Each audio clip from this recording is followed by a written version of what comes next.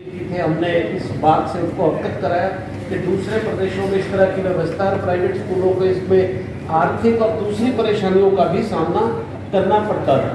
तो उन्होंने इस मामले को गंभीरता से लेते हुए रूल्स में चेंज करवाया और आज हम सरकार का इस मामले में माननीय अनिल विज जी का, खट्टर साहब का और आज के जो कमल गुप्ता जी हमारे समय मंत्री हैं, सभी का हम धन्यवाद करते हैं कि वो 3 साल के लिए कर दिया गया।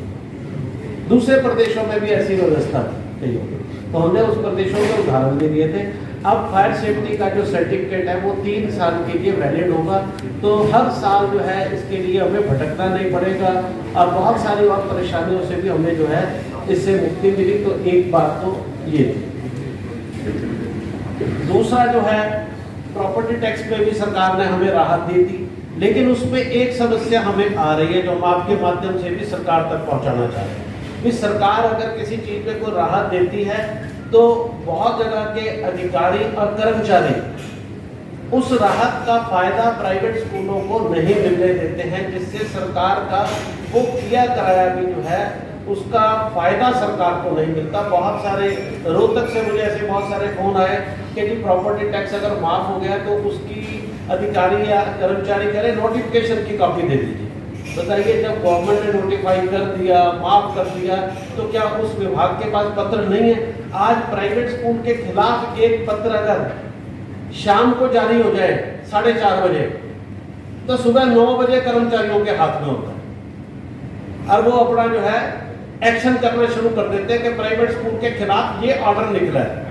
और जब फेवर में कोई ऑर्डर निकला कि प्रॉपर्टी टैक्स माफ हुआ, तो उसको निकले हुए 6 महीने हो चुके हैं और अभी तक वो कह रहे हैं कि हमें नोटिफिकेशन की कॉपी दे दीजिए अगर ऐसा हुआ है, या कोई पत्र दे दीजिए। बताइए, तो इस तरह से अगर सरकार के कर्मचारी ऐसे करेंगे तो मेरा आपके माध्यम से भी ये मैं आवाज पहुंचाना चाहता हूं सरकार तक कि ऐसे कर्मचारियों को आड़े हाथों ले कि आपकी दी राहत का भी फायदा वो जन जन तक नहीं पहुंचने देना चाहते हैं और उसको जो है लोगों को कंफ्यूज कर रहे हैं।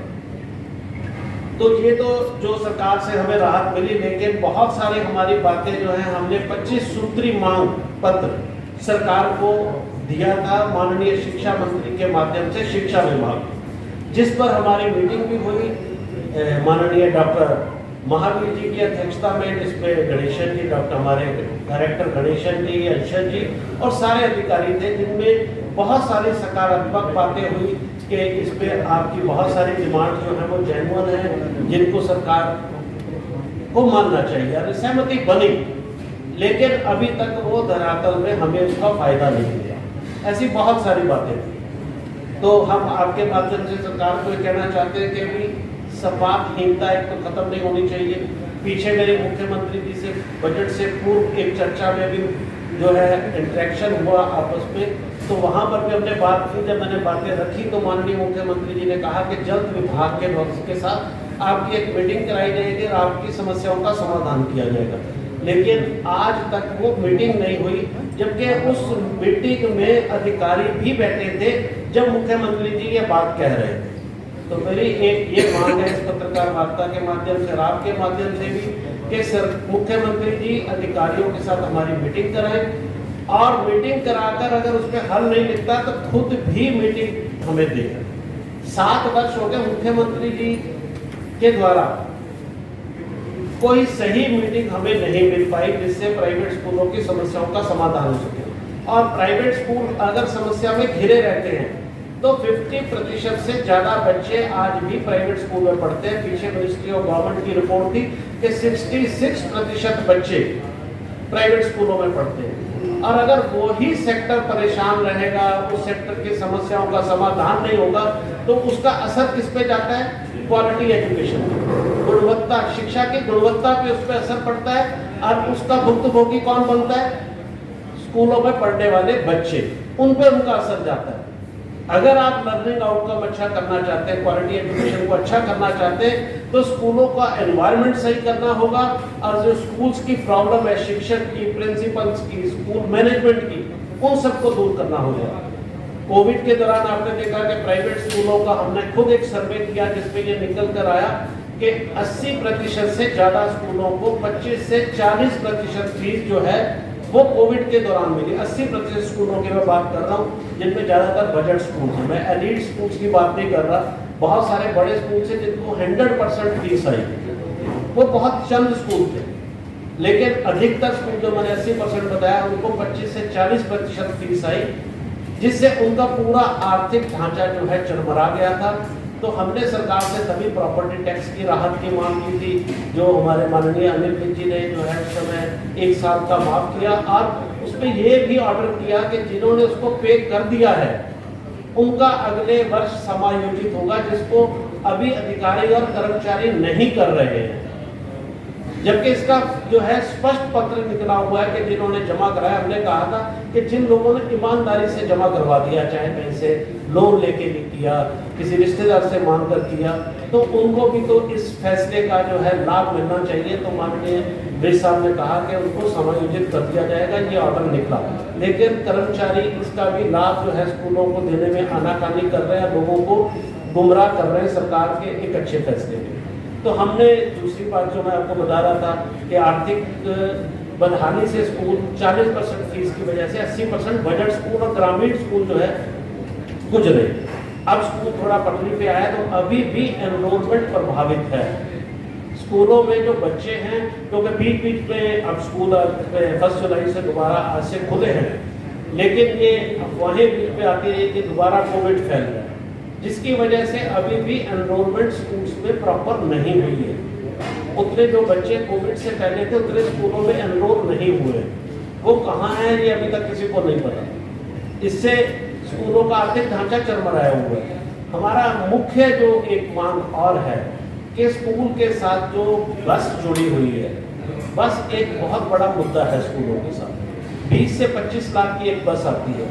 एनसीआर में बस की लाइफ 10 साल की है और एनसीआर के बाहर 15 साल की है। कोविड के दौरान 2 साल बसें खड़ी रही, चली नहीं, लेकिन उनकी आयु खत्म हो गई। जो एनसीआर में थे 8 साल की बस थी, 2 साल कोविड की वजह से 10 साल की हो गई। जो उससे बाहर थे 13 साल की थी, वो 15 साल की हो गई। तो वो कंडम हो चुकी है, कबाड़ हो चुकी है रूल्स के हिसाब से। तो हमने सरकार को कहा जब ये खड़ी रही तो इसकी 2 साल की लाइफ बढ़ा देनी चाहिए, क्योंकि ये किसी तो है नहीं, डेप्रिसिएशन तो हुआ नहीं, इंजन में कोई फर्क इसके पड़ा नहीं। अगर ये नहीं सरकार राहत देती तो उसका नुकसान क्या होगा? स्कूल को 25 लाख की बस लेनी पड़ेगी। वो पहले ही आर्थिक बदहाली से गुजर रहा है, 25 लाख की बस लेगा तो उसका बोझ किस पे पड़ेगा? अभिभावकों पे। और दूसरी तरफ सरकार ने फी रेगुलेटरी बिल ले आई और उस पर कहा इससे ज्यादा फीस नहीं बढ़ाएंगे, वो शिकंजा कस गया। अगर स्कूल फीस नहीं बढ़ा पाता और बस लेके आता है तो उसको क्या होगा? अगर वो क्वालिटी एजुकेशन के लिए मान लो वो अपने स्कूल को टेक्नोलॉजी पे एक्टिव कर रहा हो, वो रोबोटिक पे कर रहा हो, ड्रोन टेक्नोलॉजी ला रहा हो, उसने अपने स्कूल में कंप्यूटर्स लगाने हो या दूसरे उसने कोई इम्प्रूवमेंट करनी है, उसकी वो इम्प्रूवमेंट रुक जाएगी अगर वो बसों पे पैसा लगाएगा। तो उसका नुकसान क्वालिटी और गुणवत्ता की शिक्षा पर, बच्चों पर पड़ेगा। तो सरकार को ये राहत देनी चाहिए, इस समस्या को समझना चाहिए कि कहीं ना कहीं आखिरी गाल जो है वो बच्चों की या तो गुणवत्ता में पड़ेगी या पेरेंट्स की जेब पर पड़ेगी। इसलिए सरकार को ये फैसला लेते हुए बसों की लाइफ जो है वो 2 साल बढ़ा देनी चाहिए। ये बिल्कुल जेन्युइन है। जो दूसरी हमारी इस पर मांग है। तीसरी मांग हमारी ये है, 134 आपने देखा होगा कि सरकार ने उसको निरस्त कर दिया, कैंसिल कर दिया 134 को, लेकिन उसके बच्चे तो स्कूलों में पढ़ रहे हैं ना। उन बच्चों का भविष्य क्या होगा? सरकार ने कोई उसके लिए घोषणा नहीं की। और 5-6 साल का हमारा भुगतान भी बकाया है। ये तो नहीं कि आपने नीति खत्म कर दी तो हमारा भुगतान चला गया। अगर स्कूल्स को वो भुगतान नहीं होता है, बहुत सारे स्कूल एनपी हो चुके हैं, उन्होंने कर्जे लिए हुए थे, बस के कर्जे लिए हुए थे, बिल्डिंग्स के कर्जे लिए हुए थे। एक तो कोरोना आ गया, ऊपर से सरकार ने 134 का भुगतान नहीं किया, उससे वो एनपी हो चुके हैं। एनपी होने का मतलब ये, अगर वो किसी और बैंक से लोन भी लेना चाहते हैं अपने स्कूल को चलाने के लिए तो वो उसको लोन भी नहीं मिल पा रहा। तो उससे बहुत सारे स्कूल बंदी की तरफ बढ़ चुके हैं और कई बंद हो भी चुके हैं। तो हमने कहा जो हमारी बकाया राशि है सरकार को वो देनी चाहिए। देखिए सरकार के पास धन की तो कोई कमी नहीं। अभी सरकार ने बहुत अच्छी योजना चलाई, 600 करोड़ रुपए के टैबलेट फंड, बहुत अच्छी बात है। कि टेक्नोलॉजी के साथ बच्चों को जोड़ना चाहिए। जो मैंने कहा, उनको नई टेक्नोलॉजी की 21st सेंचुरी की एजुकेशन मिलनी चाहिए, लेकिन वो किसको मिलनी चाहिए? सभी बच्चों को मिलनी चाहिए, सभी का हक है। आपने सरकारी स्कूल को बच्चों को दिया, हम स्वागत करते हैं आपके इस कदम का, लेकिन जो बच्चे हमारे पास बजट स्कूल में पढ़ रहे हैं उनको टेक्नोलॉजी की एजुकेशन कैसे मिलेगी? जब स्कूल साधन संपन्न होगा, उसके संसाधन आपने सीमित कर दिए, उसके जो पैसे हैं वो आप पे नहीं कर रहे। 1000 करोड़ के करीब हमारा अमाउंट बनता है, ये कोई छोटा अमाउंट नहीं है। स्कूल संचालक भी कह रहे डर के बारे में बोलते, इसलिए एसोसिएशन को सामने आना पड़ता है। 5-6 साल में जो राशि है हमारी 1000 करोड़ से पार हो चुकी। इतना बड़ा आर्थिक बोझ प्राइवेट स्कूल को सरकार थोड़ी है, और इतना बड़ा बोझ उन पे और सरकार उनकी मदद न करे, उनका पैसा ना दे, ये कोई जो है न्यायोचित बात नहीं है। ये इसको हेल्दी डेमोक्रेसी नहीं कहेंगे। जैसे अभी हमारे प्रधानमंत्री जी ने कहा कि हिंदुस्तान में एक बड़ी सशक्त डेमोक्रेसी है। डेमोक्रेसी का मतलब ये नहीं है कि हमने चुनकर प्रतिनिधि भेज दिए और यहाँ पर जो है प्रतिनिधियों की सरकार चल रही है, आर्मी की सरकार नहीं है, तो वो प्रजातंत्र है। अगर हमारे साथ गलत हो रहा है, हमें इंसाफ नहीं मिल रहा, तो इसको भी एक हेल्दी प्रजातंत्र नहीं कहेंगे। हमारा 1000 करोड़ रुपए बकाया, कोई प्रतिनिधि हमारी आवाज ना उठाए, सरकार हमारी आवाज सुने ना, आपके माध्यम से हम आवाज पहुंचाएं, हमें सरकार उसका भुगतान ना करे, तो ये एक अच्छा संदेश नहीं है। शिक्षा में नई शिक्षा नीति लागू हो चुकी है, 21st सेंचुरी की बात हो रही है। आज पीछे जो है कोडिंग की बात हो रही है कि बच्चों को कोडिंग भी सीखनी चाहिए। कोडिंग एक बहुत एक्सपेंसिव मेथड है, बातों से कोडिंग नहीं आ जाएगी। कोडिंग सिखाने का मतलब आपको हर स्कूल के अंदर उस बीटेक एक एम्प्लॉय को रखना पड़ेगा जो कोडिंग में एक्सपर्ट हो। और वो कितनी सैलरी लेगा आप समझिए। अगर 1000 बच्चे हैं तो कितने चाहिए लोग? कम से कम 3 बीटेक चाहिए जो उनको कोडिंग सिखाएं। तो उसका कितना बोझ पड़ेगा? इधर से आप मदद कर नहीं रहे, फीस आप बढ़ाने दे नहीं रहे, तो इससे जो बजट स्कूल्स में पढ़ने वाले 50 से 60% बच्चों को क्वालिटी एजुकेशन नहीं मिलेगी, तो कैसे कामयाब होगी न्यू एजुकेशन पॉलिसी? कैसे बच्चे 21st सेंचुरी के बच्चे बनेंगे, टेक्नोलॉजी वाले बच्चे बनेंगे? तो हमारी ये मांग है कि हमारे पैसे सरकार जो है ये दे, बसों की लाइन बढ़ाए। उसके बाद एक और हमारे पे संकट है, स्कूल सोसाइटीज के थ्रू चलते हैं। जो स्कूल अपने को सोसाइटीज को रिन्यू कराना होता है, रिन्यू नहीं करवा पाए किसी कारणों की वजह से, पोर्टल बंद कर दिए गए हैं, उन पे फाइन लगा दिए गए। इधर से राहत नहीं मिल रही, उधर से फाइन पे फाइन है स्कूलों के ऊपर। तो हमने बहुत बार जो है माननीय दुष्यंत चौटाला जी को पत्र भी लिखा है, उनके स्टाफ से भी मैंने कहा कि हमें अपॉइंटमेंट दे, लेकिन उस पर भी हम कामयाब नहीं हो पा रहे। हम किसी के पास जबरदस्ती तो मिलने पहुंच नहीं सकते। हमारे पास तो प्रजातंत्र में यही माध्यम है कि हम उनके स्टाफ को फोन करें, हम उनको मेल करें, हम उनको पत्र लिखें कि हम आपको अपनी बातों से जो है परिचित कराना चाहते हैं, अपनी समस्याएं बताना चाहते हैं। समय देना तो उनका काम है, तो वो भी समय हमें नहीं मिल पा रहा, तो उससे भी स्कूल जो है बहुत ज़्यादा परेशानी में घिरे हुए हैं। अभी आपने देखा होगा कि बोर्ड ने भी स्कूलों पे 1-1 लाख रुपए का फाइन लगा दिया। अब वो फाइन किस चीज़ का लगा कि आउट ऑफ स्टेट जो चिल्ड्रंस थे वो कुछ स्कूलों में आए, और उन स्कूलों में बाद में ये निकला कि ये बच्चे जो है सही नहीं थे। अगर बच्चे सही नहीं थे तो एक ऐसा मैकेनिज्म बनना चाहिए हमारा इस जगह हरियाणा एजुकेशन बोर्ड बहुत अच्छा काम कर रहा है, तो एक ऐसा मैकेनिज्म बने कि जब बच्चा उसमें एनरोल हो और वो एग्जाम के लिए जाए तो पहले ही स्क्रूटनी हो जाए कि कोई अगर गलत है तो बच्चा आउट हो जाए। अगर उसके बाद वो बच्चा बाद में पेपर दे देता है, पेपर के बाद उसका रिजल्ट रोक देना, ये न्यायोचित बात नहीं है। और फाइन लगा देना, फाइन से क्या होता है कि फाइन का बोझ वो सारे स्कूल के बच्चों को भुगतना पड़ता है, क्योंकि स्कूल का फाइन सारे बच्चों पे पड़ता है जिन्होंने वो कसूर किया भी नहीं। तो एक ऐसा मैकेनिज्म होना चाहिए, हमारी ये मांग है। हम बिल्कुल गलत बात की पैरवी नहीं करते हैं, हम बोर्ड के भी साथ हैं, सरकार के भी साथ हैं। अगर गलत चीज पे तो सरकार कार्रवाई करती है, लेकिन ऐसा मैकेनिज्म हो कि गलत काम हो ही ना, और जो बच्चे एग्जाम पे बैठ जाए उनका रिजल्ट आउट होना चाहिए। अभी तक उनका रिजल्ट आउट नहीं हुआ, तो मेरी आपके माध्यम से भी, अपने बोर्ड चेयरमैन से भी, शिक्षा मंत्री से भी और मुख्यमंत्री से भी मांग है कि उन बच्चों का रेगुलर ही रिजल्ट निकलना चाहिए।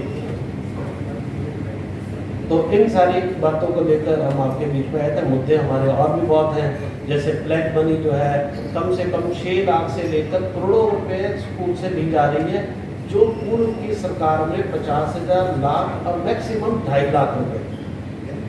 अब जब एक स्कूल 10-10, 20-20 लाख रुपया ब्लैक मनी देगा और उस पैसे ने बिल्कुल जो है वेस्ट पड़ा रहना है बैंक के अंदर, ना वो किसी शिक्षा के काम ना सरकार के काम, लेकिन उसका बोझ किस पे पड़ता है?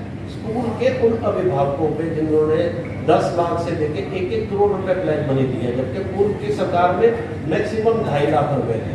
तो हमने सरकार से यही मांग की है कि ये ब्लैक मनी कम की जाए। पहले हम आर्थिक संकट पे है, हमारे पास जो है बैंकों से हम एनपी हो चुके हैं बहुत सारे स्कूल, वो इतनी ब्लैक मनी कहाँ से लाएंगे?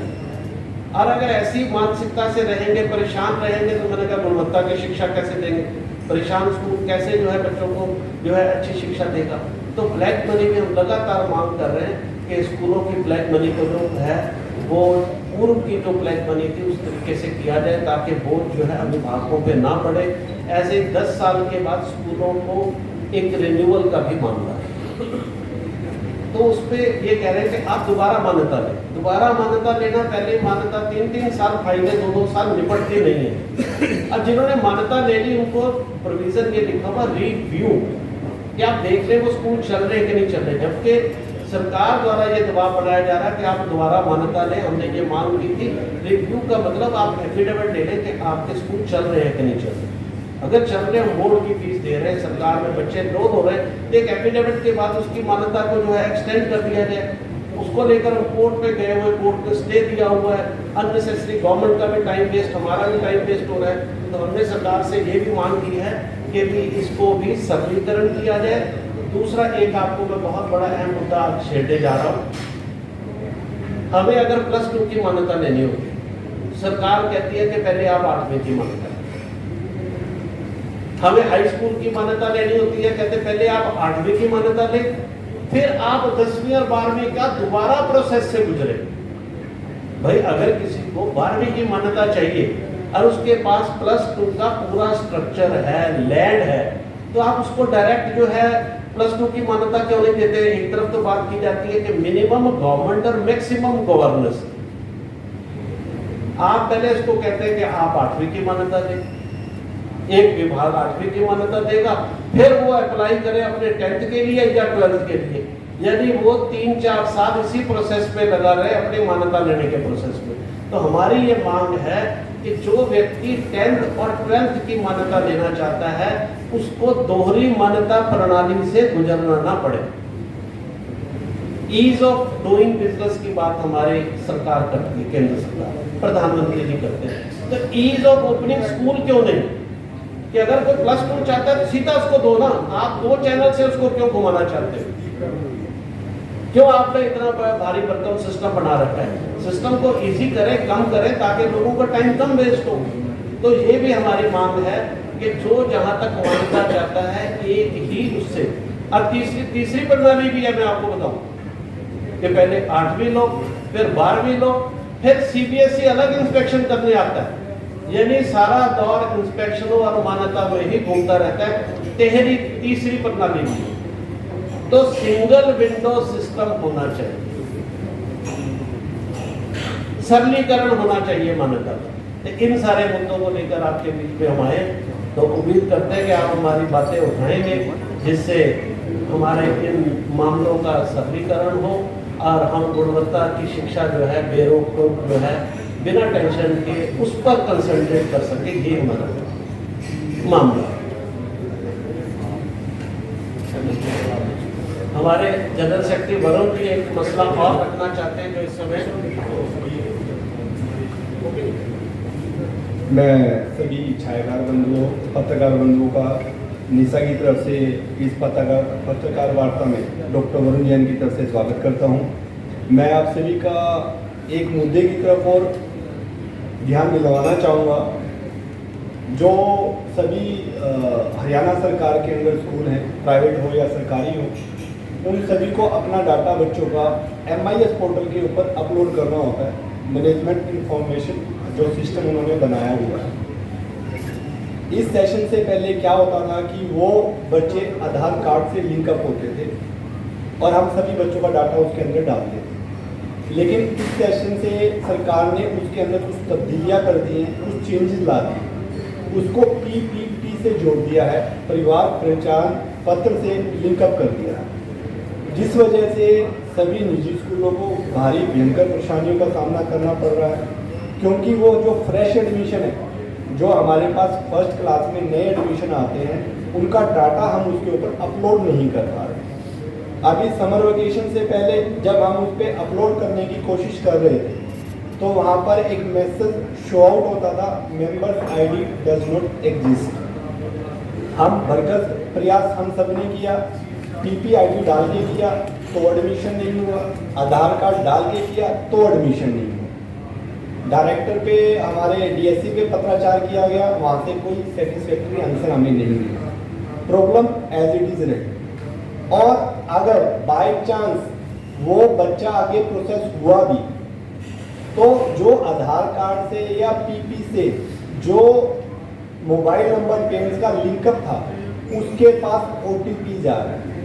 स्कूल संचालक को उस पेरेंट्स के पास, अभिभावक के पास कॉल करके ये पूछना पड़ रहा है कि आपके पास एक OTP आया, वो OTP जब हम डालेंगे सिस्टम में तब वो बच्चा आगे प्रोसेस होगा और उस बच्चे का एडमिशन उस MIS पोर्टल पर कंफर्म हो पाए। सबसे बड़ी समस्या ये है कि पेरेंट्स वो OTP हमें प्रोवाइड नहीं करवाना चाहता है, उसको डर है कि ये OTP पता नहीं किस टाइप का है और इसका मिसयूज ना हो। दूसरी बात, काफ़ी पेरेंट्स के जो मोबाइल नंबर है वो अपडेटेड नहीं है, नंबर कहाँ जा रहा है उनको नहीं पता क्योंकि अपडेटेड नहीं है सिस्टम। तीसरी बात, अनावश्यक स्कूल के ऊपर बोझ पड़ता जा रहा है कि पेरेंट्स को हम कॉल कर रहे हैं लेकिन समस्या एज इट इज है। अब जब समर वेकेशन ओवर हो गई, हम दोबारा ट्राई कर रहे हैं, तो वहाँ पर अब नया मैसेज इंडिकेट हो रहा है, एंटर पेई कोड। हमें नहीं पता ये कौन सा कोड मांग रहा है सिस्टम। ओवरऑल कंक्लूजन ये है कि हम नए फ्रेश बच्चों का MIS पोर्टल के ऊपर डाटा बच्चों का अपलोड ही नहीं कर पा रहे। उस समस्या को इतना कॉम्प्लिकेटेड, उस चीज़ को, फ्रेश एडमिशन को इतना कॉम्प्लिकेटेड कर दिया है जिसको मैं शब्दों में आपके सामने रख भी नहीं पा रहा। अभी डायरेक्टर ऑफ एलिमेंट्री एजुकेशन से एक पत्र 30 तारीख की शाम को जारी हुआ, जो हमारे पास 1 तारीख को पहुंचा है, जिसमें ये हमें इंस्ट्रक्शन दी गई है कि सभी सरकारी और गैर सरकारी और एडेड स्कूल सभी के सभी 1 तारीख से लेकर 7 तारीख के बीच में इंश्योर करें कि आपके सभी बच्चे MIS पोर्टल पे अपलोड हो चुके हैं।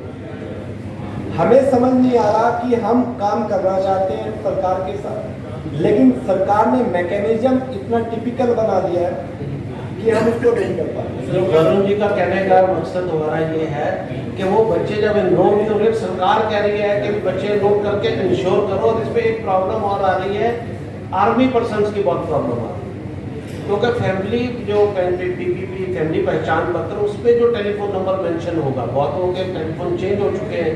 यहाँ जो आर्मी के लोग कोई बॉर्डर पे, उनके बच्चे यहाँ रह रहे हैं, पढ़ रहे हैं, और वो जो है कहीं पोस्ट पे लगे हुए हैं, उनके जब OTP जा रहा है, वो तो सर अपने सेवा करने पे लगे, और OTP 10 मिनट के बाद खत्म हो जाता है, या उनके पास फोन ही नहीं है। तो ये बहुत सारी प्रॉब्लम आर्मी पर्सन के साथ, क्योंकि यहाँ पंचकूला के पास आर्मी पर्सन बहुत है, अम्बाला में पर्सन बहुत है, हिसार में बहुत है, उनके बच्चों के साथ भी ये बहुत प्रॉब्लम आ रही है। तो इस पर हमने जब चर्चा की तो वो कहते हैं कि मीटिंग में मुख्यमंत्री जी ने कहा था कि ये जो है इसको कंपल्सरी कर, जिसकी वजह से अधिकारी इसमें भी कोई निर्णय नहीं ले पा रहे। तो हमारी आपके माध्यम से मुख्यमंत्री जी से अपील है, अब जो प्रवासी मजदूर जैसे ये कह रहे हैं, जो प्रवासी मजदूर है उनकी भी ये प्रॉब्लम है, बिहार के जो लोग आए हैं उनके बच्चे यहाँ पढ़ रहे हैं, तो उनका OTP जो है पता नहीं फ़ोन नंबर जो लगाया मजदूर ने जो है वो सिम बंद कर दिया, तो ये बड़ी प्रॉब्लम आ रही।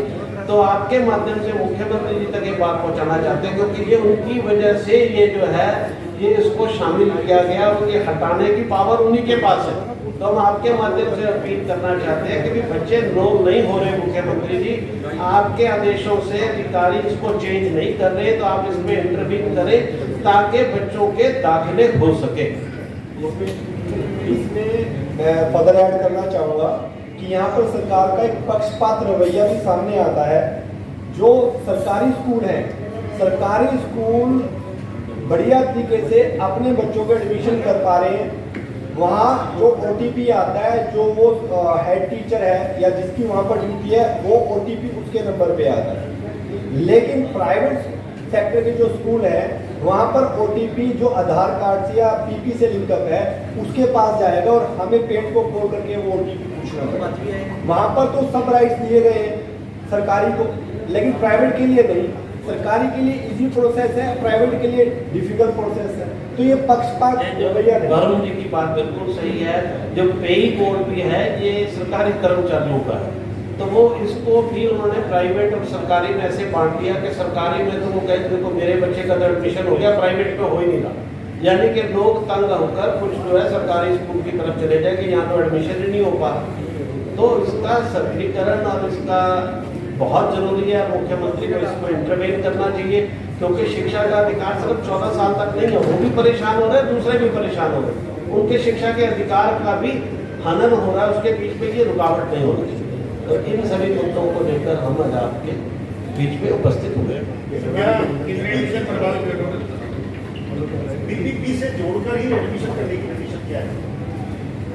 हरियाणा सरकार ने हर चीज को फैमिली पहचान पत्र के साथ जोड़ दिया। इवन आप एंट्रेंस टेस्ट, परिवार पहचान पत्र, इवन बच्चों ने अगर एंट्रेंस टेस्ट भी देने हैं तो उस पर भी वो भी बड़ा कॉम्प्लिकेटेड है। पूरी फैमिली की इनकम लोगों को समझ भी नहीं आ रहा। अगर गलत डर गया तो वो इनकम भी जो है 2-3 बार से ज़्यादा आप उसको चेंज नहीं कर पा रहे। कई बार वो भी पोर्टल नहीं खुलता। मैंने अपने बच्चे का ही करवाना था तो पोर्टल नहीं खुल पा रहा। तो ऐसी बहुत सारी परेशानी जिससे दाखिले प्रभावित हो रहे हैं, बच्चों की शिक्षा पे इसका असर जा रहा है। तो नन्हे मुन्ने बच्चों की शिक्षा पे, और वो भी जो वरुण जी ने कहा हमारे जनरल सेक्रेटरी ने कि सरकारी और उस पे भी उस पे अंतर है कि उनके वहाँ पर दिक्कत नहीं आ रही है, दिक्कत प्राइवेट स्कूल के बच्चों को आ रही है।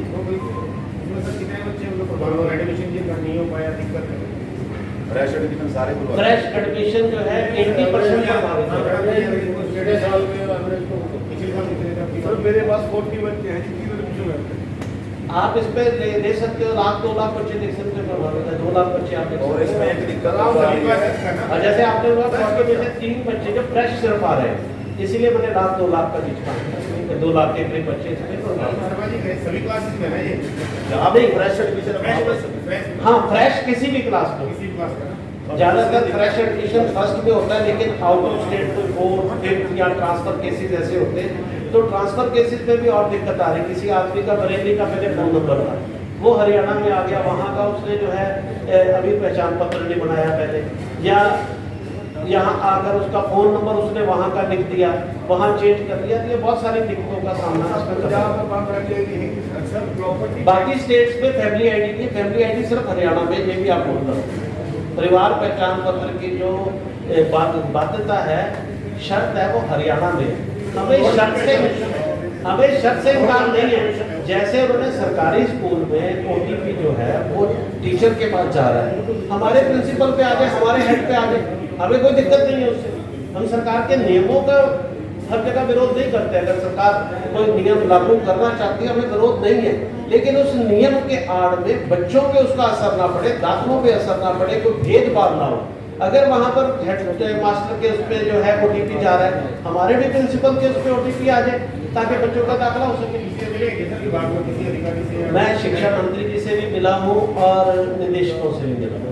तो मैंने अभी आपको बताया कि ये जब मुख्यमंत्री जी एक बार मीटिंग ले रहे थे तो उन्होंने कहा कि ये OTP कंपल्सरी कर दो, ये वाला कंपल्सरी कर दो।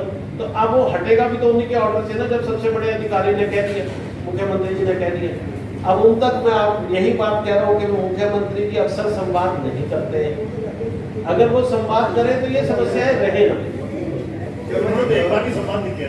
हाँ, उन्होंने संवाद नहीं किया तो वो संवादहीनता ही जो है ये हमारी समस्याओं का सबसे बड़ा कारण है। अगर वो संवाद करे तो मुझे 100% गारंटी है कि हमारी जो जायज मांगे हैं, मेरी जितनी बार उनसे मुलाकात हुई, भिवानी में हुई, उन्होंने कहा नहीं एक बार मीटिंग करते हैं, करनाल में हुई थी, उन्होंने कहा मीटिंग करते हैं, लेकिन वो आज तक मीटिंग हुई।